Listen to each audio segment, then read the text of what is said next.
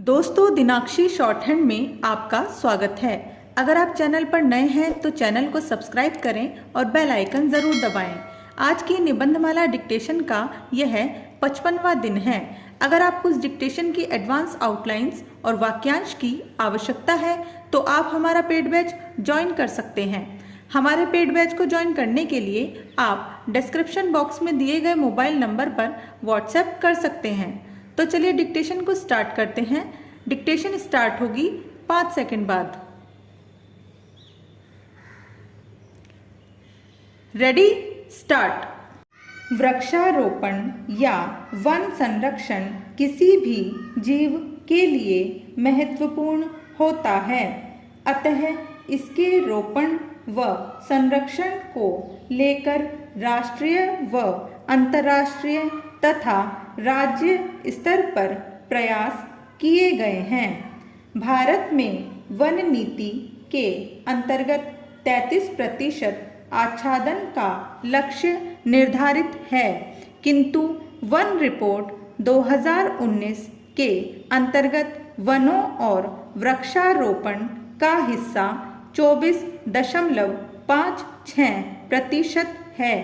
अभी तो लक्ष्य से कम है, अतः वनों की स्थिति को बेहतर बनाने के लिए सरकार ने कई नीतियां व योजना तथा कार्यक्रमों को लागू किया है।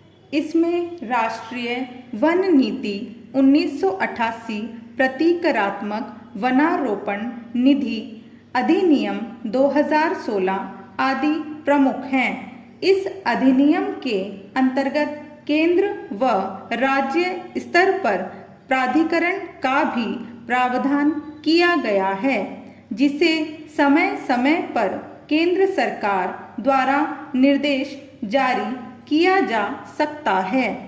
साथ ही इस निधि के अंतर्गत जो पैसा खर्च किया जाता है, उसका प्रत्येक वर्ष भारत के नियंत्रक एवं महालेखा परीक्षक द्वारा अंकेक्षण किया जाता है। इसी प्रकार green India mission, national green highway, राष्ट्रीय वनीकरण कार्यक्रम, एकीकृत जल संभरण प्रबंधन कार्यक्रम, राष्ट्रीय चांस मिशन, वृक्षारोपण अभियान तथा गांवों के स्तर पर किए जाने वाले जॉइंट फॉरेस्ट मैनेजमेंट के प्रयास प्रमुख हैं। वृक्षारोपण व संरक्षण के राष्ट्रीय प्रयास के अतिरिक्त अंतर्राष्ट्रीय प्रयासों में United Nations forum on forest, world resources institute के प्रयास, वन कार्यक्रम भागीदारी सुविधा और फॉरेस्ट इन्वेस्टमेंट प्रोग्राम आदि प्रमुख हैं।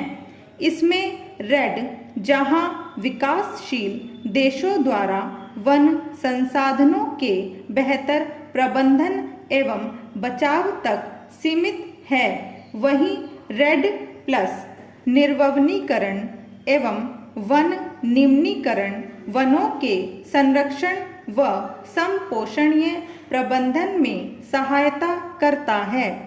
वृक्षारोपण व संरक्षण के लिए राज्यों ने अपने स्तर पर महत्वपूर्ण भूमिका का निर्वाह किया है। उदाहरण स्वरूप वर्ष 2019 में उत्तर प्रदेश में पौध वितरण कार्यक्रम के अंतर्गत 22 करोड़ से अधिक वृक्ष लगाए गए। इतना ही नहीं, उत्तर प्रदेश के मुख्यमंत्री ने कहा है कि वन है तो जल है और जल है तो कल है। इसी प्रकार बिहार में वर्ष 2019 से प्रारंभ जल जीवन हरियाली कार्यक्रम प्रमुख है। इसके अतिरिक्त अन्य राज्य भी इसको बढ़ावा दे रहे हैं। विभिन्न गैर सरकारी संगठन भी वृक्षारोपण कर इसे बढ़ावा दे रहे हैं। साथ ही प्रतिपूरक वनीकरण तथा ग्रीन क्रेडिट स्कीम की जनवरी 2020 में सिफारिश भी की गई है। इसके अतिरिक्त भारत में बढ़ती जनसंख्या, वन आधारित उद्योगों, कृषि के विस्तार आदि के लिए अतिक्रमण भी तेजी से बढ़ रहा है। वर्तमान में जंगलों का मुद्दा पर्यावरण और विकास के मध्य संघर्ष को स्पष्ट करता है।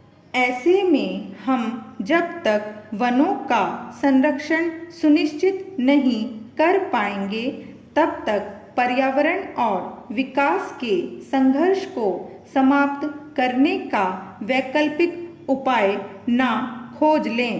इस प्रकार से यह एक चुनौती के रूप में विद्यमान है। स्टॉप।